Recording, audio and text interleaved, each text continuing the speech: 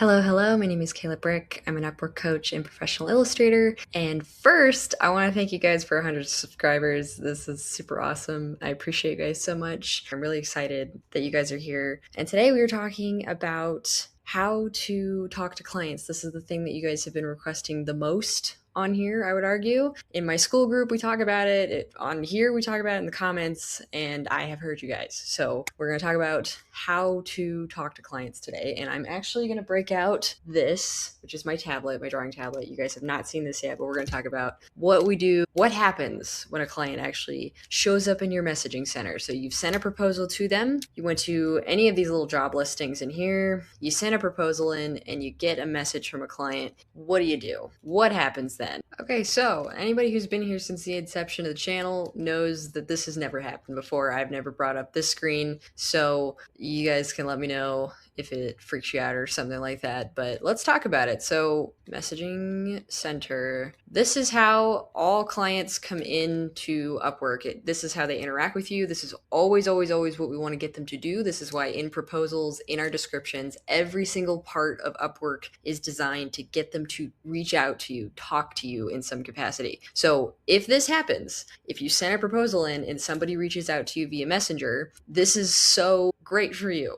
But normally what happens, especially when it's your first couple contracts, you get that little bit of anxiety going on with this, with talking to the client. You don't exactly know where to begin, what to say to them. And so let's talk about the different paths here. So when it comes to mindset, and I know we don't always want to talk about mindset, but let's talk about it. Mindset here is, this is so important. So when it comes to freelancing in general, I want you guys to not treat clients differently depending on how they approach you. So if they come in with budget stuff, so they come in with a high or a low budget here, I don't want you to treat them any differently. And I know there's a little bit of a temptation to do that, where somebody comes in, they kind of lowball you. You feel a little bit like, this guy's not really the kind of person I want to be working with. But I highly encourage you not to do that, because sometimes clients will come in with a low budget and you can negotiate them up to something a little bit higher, or they may end up working with you over a long period of time. And that would be the way that you might get a little bit more of a more optimal budget, because you guys end up working together for a long period of time, which is very Upwork centric. Clients are super interested in paying you generally higher budgets and also for a longer period of time. So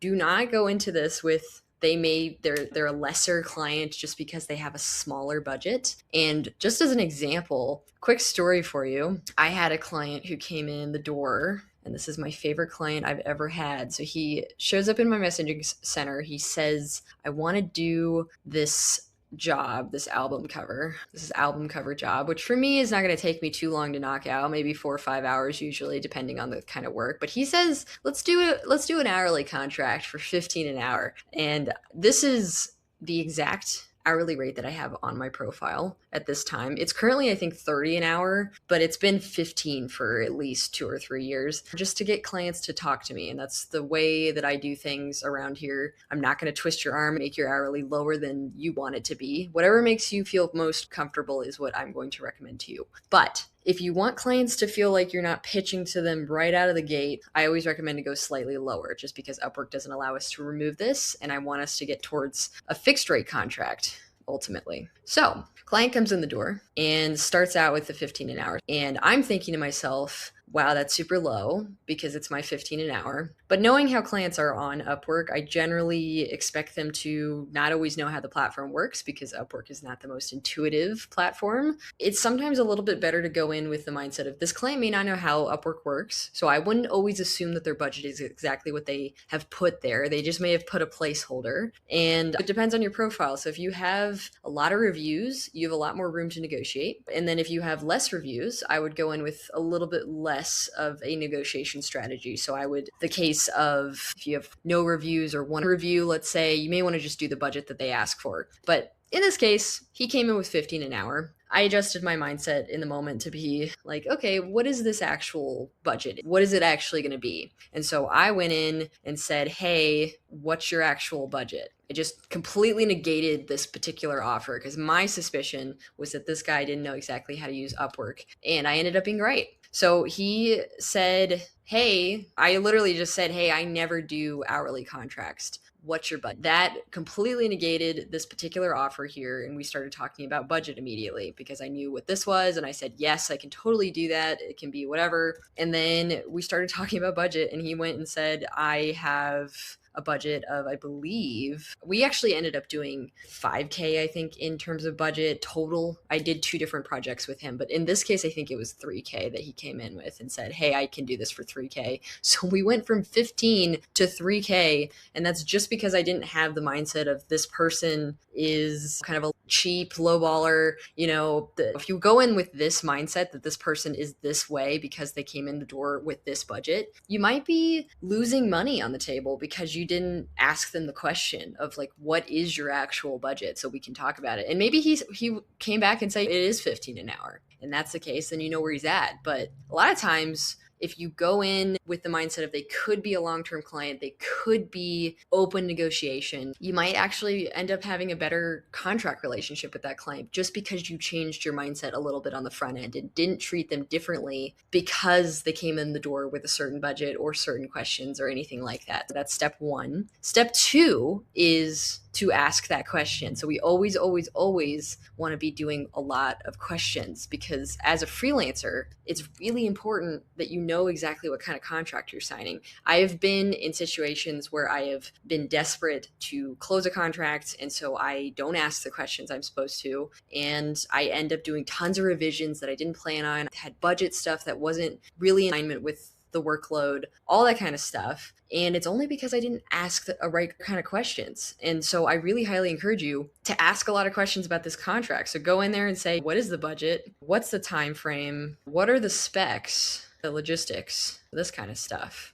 Anything like that is going to help you understand how do you price this thing? How long is it going to actually take you? Anything like that, so that we can have a contract that's not only working for you, but actually works for this client, because then they're super clear about what you can do for them. Because I do recommend that you go into every single conversation with another mindset thing. If I'm not a really good match for you, then I'm going to be honest about that. I'm going to tell you that, because I think it's not always a good idea to work that doesn't really align with your skill set. You can be new to a project or certain kinds of work, and you can have to work at it a little extra kind of behind the scenes in order to get that work done. Still at a high level, of course, but the client doesn't need to know you struggling in the background trying to figure things out, still to deliver good work to them, because you can still get it done. It's always good to get paid to learn in a lot of cases. But sometimes there's going to be instances where a client needs a thing turned around right now, and you've got 5 other things going on, and it would be really nice to be able to have that contract, but you just can't in that particular moment. And so it's nice to be able to tell them, hey,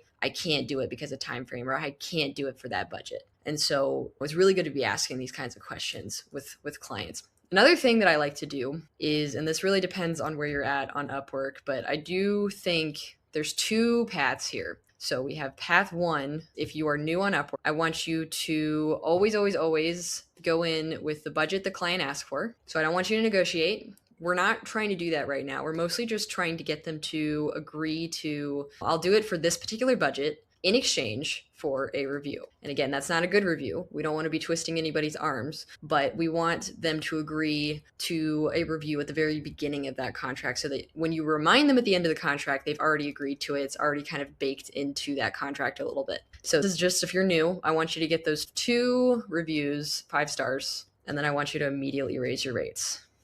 So path 2, you have 2 reviews, 5 stars, and your profile is pretty optimized. If you need a little bit of help on optimization, or you don't know what the algorithm is like on Upwork, I have other videos on my channel that can help you with that. But in this case, if you have 2 reviews, 5 stars, you're in a really good spot for optimization on Upwork, and you have a chance to raise your rates. And what I want you to do is to time yourself. And what I mean by time yourself is that I'm very, very interested in doing fixed rate contracts. I'm not interested in hourly contracts. I talk about both of them on this channel, but I'm not going to hide my bias from you guys. I love a fixed rate contract. So fixed rate contract is just, you have a budget that's already figured out at the beginning of the work. Client's not really interested in how long the work takes you to do. You're going to be paid the same at the very end of it, no matter how long work it took you to do. Hourly is a little bit different. It's going to be 15, 30, 45, 50 an hour. So that budget is going to end up being slightly different depending on how long that work actually takes you to do. So I like a fixed rate contract because client knows how long things are actually going to take.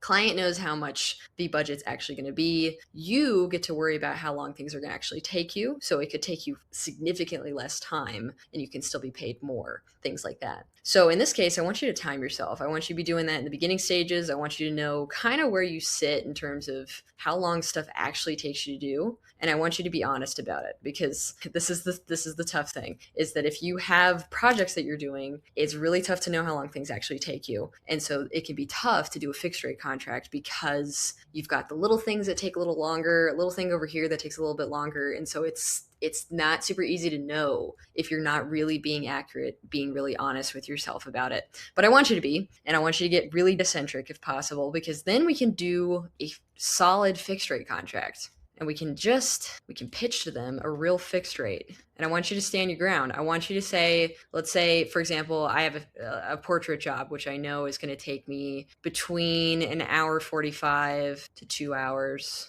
something like that. And so if I want to be getting paid $100 an hour, I'm going to modify that depending on how long things take me to do. So I would then price this out to be between $300 to $500 for a portrait. That's going to depend on, is it black and white? Is it full color? Is it going to be how much detail is in it? How many revisions are we doing? Which brings me to a revision policy. Revision policy. We're not doing anything for free. So you have a fixed rate contract, fixed rate. You're going to know how long things actually take you to do. So you're going to work backwards from that based on what hourly you want to be working at. So let's just say that I have so I do a lot of portraits at $500 a pop. And then I'm going to have 2 revisions that come with that. And then I'm going to have upsells depending on color, black and white, additional revisions. How much does that cost? How much is a major revision versus minor? That kind of thing. And I want you to have that laid out for them. So I want you to be able to break it down into various tiers and telling them kind of like a Fiverr gig a little bit, or even better, if it's a time frame thing. Let's say it's a time frame thing where they want it right now, that costs extra, something like that. This is really super crucial to just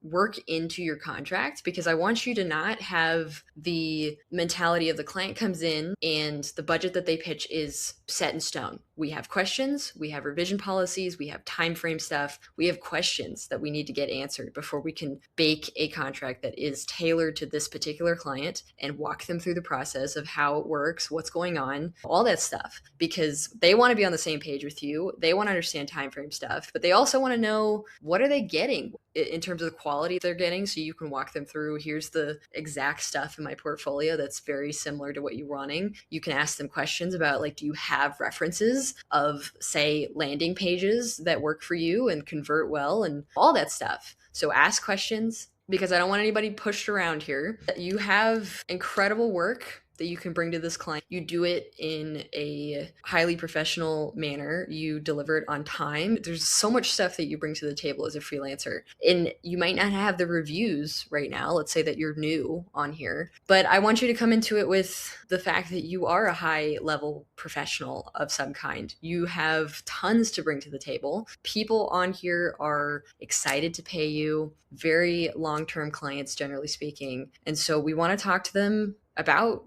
the actual logistics, the actual specs that go into contracts, and then arrive at something that works for both parties. So this is a little bit of an overview of how this works. I really, really want you guys to not treat clients differently based on what they come in the door with. A lot of times that can shut people down. You can lose out on money that you could have had if you just had a little more of that open mindset. Just because clients, a lot of times in a genuine sense, they're kind of nervous to even go through this process to begin with. So just talk to them human to human, tell them here's how this works. And then depending on the strength of your profile and how optimized it is and things like that, then I would just be in that position, ask for the review, negotiate and say, this is exactly my pricing, and don't back down on that. Just be very direct. This is exactly what it is, and be okay to walk away from a contract if it doesn't make sense for you. This is a huge topic, you guys. This is one of those things that we could talk about forever. Every client that comes in the door is going to be a little bit different. If you want to talk to me a little bit more about how to navigate certain things, I have a free school group in my description below. And again, thank you guys for 100 subscribers. I so appreciate it. I'm so glad you guys are here. I appreciate all of your questions. I've been getting emails and various comments in my school group and things like that. And so I really appreciate you guys. I'm so excited to see some of you getting 5-star reviews and all this stuff and using my templates and things like that. So appreciate you guys, and I will see you guys in the next one.